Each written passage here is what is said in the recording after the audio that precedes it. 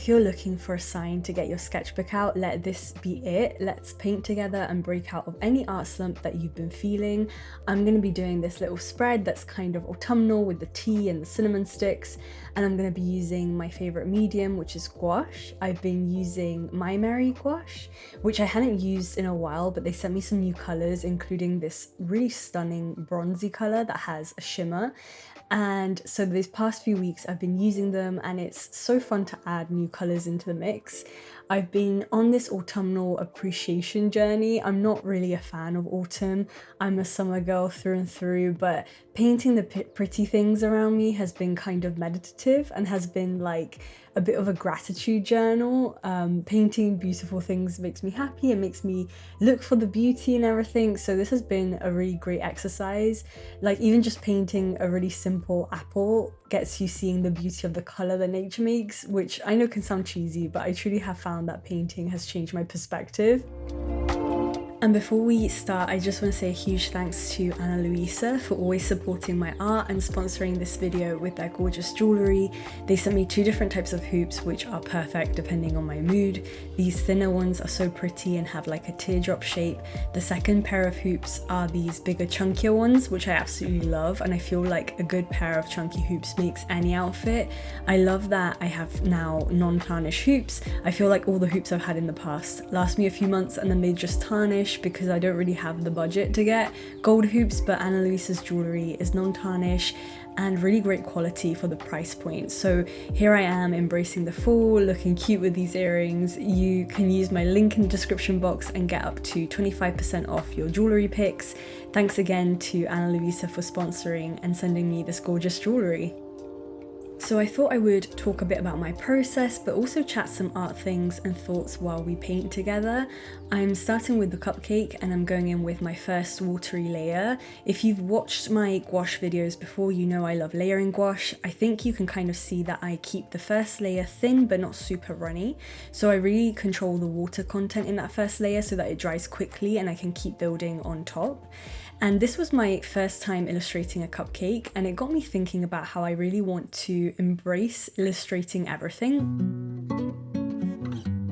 I realized that these past few weeks, or rather I made the realization these past few weeks, that the only way that I can develop in the way that I want to, which is to be an illustrator and continue to develop my style and eventually create more dynamic and complex illustrations where I'm not just illustrating one thing but also using my art to help tell a story or capture a feeling. In order to do this, I need to keep practicing illustrating everything and broadening my subjects. I don't know if sometimes you feel like this, but I can get really in my head about having the perfect idea to paint, and that can really block me. Like I've definitely been in the mindset of not wanting to paint something random because I feel like it needs to have some sort of meaning or fit into a bigger idea, or there has to be some kind of reason to paint it. Have you felt that before? Anyway, in these past weeks, I've realized that right now, with my time constraints and where I'm at in my art journey, I need to just paint whatever I feel like and not worry too much about the bigger picture. Like I need to practice and be consistent and explore everything I feel like painting. And I don't want to sound like a broken record, but I do think that social media can sometimes interfere with this because it puts me in the mindset of me thinking about my art and my practice art being viewed. Like I'm thinking of every page and illustration I do is for an audience, so it can make me feel like I have to think of something quote unquote interesting to paint, or a spread that's aesthetically pleasing, or it has to be within the themes that I normally do, which isn't bad, by the way. Like I think it's valid to want to do this. Sometimes I think that artists that post on Instagram and make content for Instagram or TikTok or other social media platforms can be seen as a bit less valid as an artist that develops a practice that isn't catered to social media and content creation. Like I've definitely been judgy towards myself for doing this and being like, don't concentrate too much on making content, make more art. But I can't deny that making art with creating content in mind has also given me incredible opportunities and helped me develop in different ways. Anyway, as you can see, I have like very nuanced thoughts on this topic. I can see like all angles basically. So I guess right now I'm in the mindset of just prioritizing painting and creating with the thought and mentality that I need to create more and that I need to follow my instinct of what I want to do and just do it instead of thinking up a larger narrative of why I'm doing this certain thing. And I need to do this in order to develop my style and get better and achieve the long-term goals. If you have time constraints too on how much you can dedicate to creating, I think this is the way to go. Instead of getting too caught up on finding perfect ideas and concepts, just kind of throw yourself in and paint what comes to you in the moment, what you want to do, and not think so much about fitting it into this larger narrative.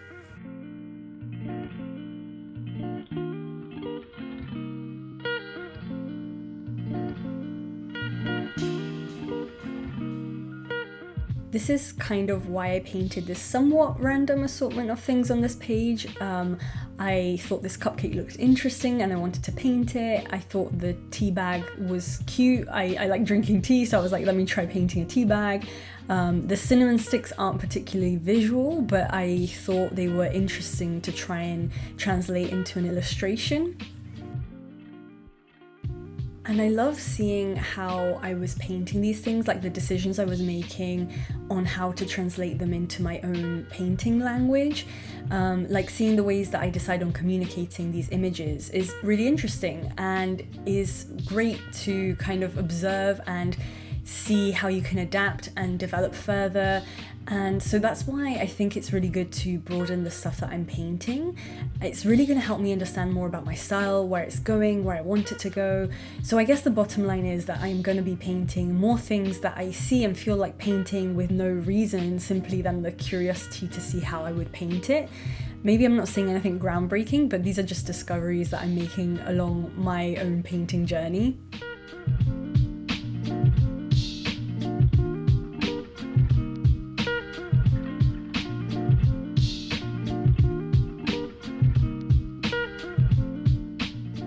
I would love to hear if anyone resonates with what I'm saying, or if maybe I'm just being too much in my head about this stuff, but I can overthink these things. And I think if you are someone that creates for an audience or with an audience, however big or small, you may have experienced some similar thoughts maybe. Let's talk about time constraints too, because I feel like the lack of time has had a big impact on me. If you didn't know, I went from doing art stuff full time during a sabbatical period that I took to now having a full-time job and doing art on the side. I have a video about this too, I'll link it in the cards. And so I've had to adjust how I create with limited time, basically find the hour or so that I may have during a busy day where I can paint and practice. But I have struggled with doing this. Like, I know I want to create, but I tend to block myself from doing art because the moment isn't right, or I don't have the mental space or the luxury of the whole day ahead of me to create. And I'm sort of breaking through with this. I had to have a serious talking to myself during a moment of frustration, of feeling in a loop of wanting to make art, but feeling like I don't have the time for it, or I don't have the perfect conditions for it, which are honestly excuses. Like, it is valid that my time constraints have changed now, but it's an excuse that I was also putting myself in not finding the time to do it. So in this serious chat to myself, I told myself that if I want to be the illustrator that I imagine myself to be and achieve my long-term goals and visions, then I have to break through these excuses, and I have to practice, and I have to not use these excuses to hold me back, and I can't wait for inspiration or the perfect moment to hit. I just have to be consistent, and I have these goals that I want to take this beyond being just a hobby or for fun, and so I need to change the way that I'm acting. I can't just wait for inspiration to hit or the perfect moment. I have to be consistent. And I know people have said this before, this isn't a groundbreaking discovery, but it hit home for me for the first time truly, because I was so frustrated with myself. And I'm saying all this because I have goals that I want to achieve beyond just doing this as a hobby or for fun. Like, I don't know if maybe some of you are thinking that I'm being too harsh on myself or something, but I really want to achieve these goals, and I don't want this just to stay as a side thing. I want this to develop into something more, and I have, these big visions for myself. And so that's where the frustration was coming from.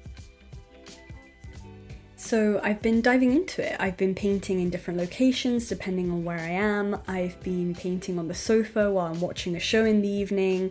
I've figured out my lighting situation. I always want to paint in natural light, but the days are so short now, so I figured out how to set up my lighting to give me the best setup for painting and filming.